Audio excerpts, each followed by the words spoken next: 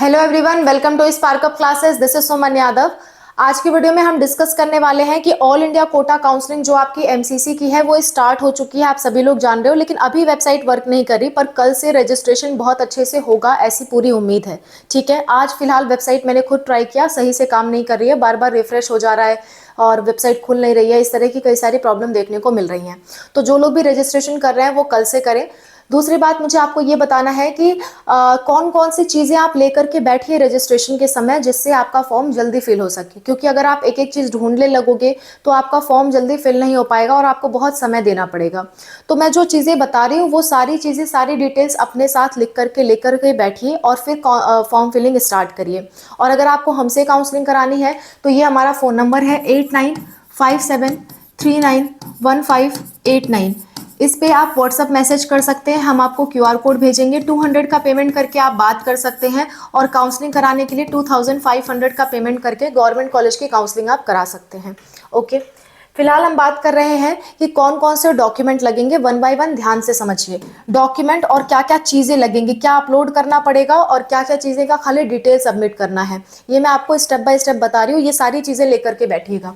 सबसे पहले सबसे फ्रंट पेज पे आपका नीट का रोल नंबर लगेगा, रोल नंबर। उसके बाद लगेगा आपका नीट का रजिस्ट्रेशन नंबर, रजिस्ट्रेशन नंबर। ठीक है, इसके बाद जो है वो आपका नीट का पासवर्ड लगेगा, नीट पासवर्ड। ठीक है, पासवर्ड के बाद आपका मदर नेम पूछेगा, मदर नेम वही अपलोड करना जो आपने फॉर्म भरते वक्त और आपने आपके 10th के मार्कशीट में जो हो वही चीज़ आपको फिल करनी है। फिर कैंडिडेट नाम आपको फिल करना होगा, यानी कि अपना नाम, कैंडिडेट नेम। इतना फिल करके आप एक स्टेप कंप्लीट कर लोगे। रजिस्ट्रेशन नंबर फर्स्ट स्टेप में नहीं लगता है, सेकंड स्टेप से लगता है, तो मैंने बता दिया ताकि आप लेकर के बैठ जाओ। तो इतना फिल करके आप सेकंड स्टेप पे आ जाओगे। सेकंड स्टेप में आपको क्या क्या चीज़ें लगेंगी बता देती हूँ। सेकंड स्टेप में आपको लगेगा अगेन नीट का roll number, registration number, password, mother name, candidate name, mobile number, mobile number, और आपका लगेगा ईमेल आईडी। ईमेल आईडी वहां पे मोबाइल नंबर और ईमेल आईडी वही वाला लिखा हुआ आएगा जो आपने फॉर्म भरते वक्त फिल किया था, और इसी पे आपको ओटीपी भेजी जाएगी, ओटीपी। और ये ओटीपी के बिना आप आगे नहीं बढ़ पाओगे, इसलिए मोबाइल नंबर और ईमेल आईडी एक्टिव रखना। अगर आपका ईमेल भर गया है तो थोड़ा उसे डिलीट करके खाली कर लेना और किसी और ईमेल आईडी से उस पर ईमेल करके देखना कि आ रहा है या नहीं। आ रहा होगा तो फिर आप रजिस्ट्रेशन का काम फिर कंटिन्यू करना। ठीक है, इसके बाद आपके 10th एंड 12th की मार्कशीट आपके साथ होनी चाहिए, क्योंकि उसी से डिटेल आपको भरनी है। खास करके 12th की मार्कशीट का आपको नंबर वगैरह भरना पड़ेगा, सब्जेक्ट वाइज नंबर आपको भरना पड़ेगा। और 10th की मार्कशीट और 12th की मार्कशीट अपलोड भी की जाएगी। कास्ट सर्टिफिकेट आपको लगाना पड़ेगा, कास्ट सर्टिफिकेट।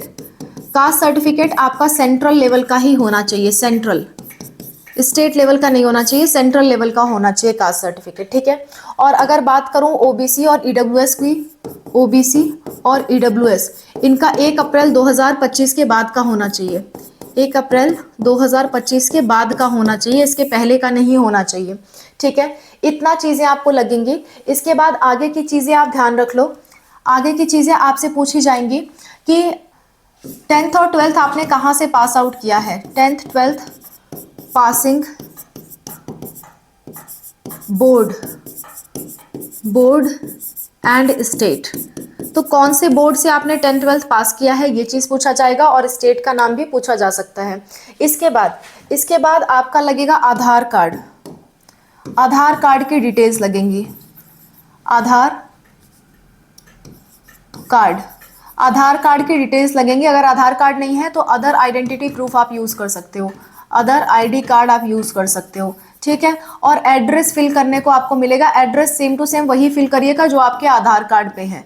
ठीक है, आधार कार्ड वाला ही एड्रेस आपको फिल करना है, आधार कार्ड का ही एड्रेस आपको फिल करना है। ठीक है, हाँ, पर प्रेजेंट एड्रेस पूछ रहा है तो आप अपना एड्रेस बता देना जो आप प्रेजेंट टाइम में जहाँ रह रहे हो, पर मेनली आपके आधार कार्ड का एड्रेस मैटर करता है। इतनी चीज़ें आपकी लगेंगी। अब बाकी बात करते हैं कि अपलोड करने में क्या क्या लगेगा। अपलोड, अपलोड करने में अगर आपका कोई एक्स्ट्रा कोटा का सर्टिफिकेट है, कोटा सर्टिफिकेट, तो वो आपको अपलोड करना होगा। अगर आप माइनॉरिटी से हो तो माइनॉरिटी अपलोड करना पड़ेगा, ठीक है। ये दोनों जिन लोग के पास है वही लोग अपलोड करें। बाकी कास्ट सर्टिफिकेट, ठीक है, 10th-12th marksheet, 10th and 12th marksheet. Next, अगर आपके 10th की मार्कशीट पे डेट ऑफ बर्थ नहीं है तो आपको अपना बर्थ सर्टिफिकेट भी लगाना पड़ेगा, बर्थ सर्टिफिकेट, ठीक है। ये सारा काम आपको करना पड़ेगा। I hope this concern is clear to you. इतनी सारी चीज़ें आपके पास होनी चाहिए, तभी जा करके आप अपना जो काउंसलिंग का फॉर्म है वो भर पाओगे। इतनी चीज़ें ही काउंसलिंग के फॉर्म में लगती हैं, टीसी, माइग्रेशन, ये सब काउंसलिंग के फॉर्म में नहीं लगता। ये सब आपको तब लगता है जब आप कॉलेज पे रिपोर्टिंग करते हो। टीसी, माइग्रेशन, गैप सर्टिफिकेट, ये सब आपको रिपोर्टिंग के टाइम लगता है, अभी नहीं लगता। Okay, that's all. Thank you so much for watching. Wish you all the best. Counselling के स्टेप बाय स्टेप प्रोसेस पे आपको वीडियो चाहिए तो आप कमेंट करिए। मेरी पूरी कोशिश है कि कल तक मैं आपको इस पे वीडियो प्रोवाइड कर दूं। आज वेबसाइट वर्क नहीं कर रही है इसलिए मैं वीडियो नहीं बना सकती। Okay, that's all. Thank you so much for watching. Bye, take care.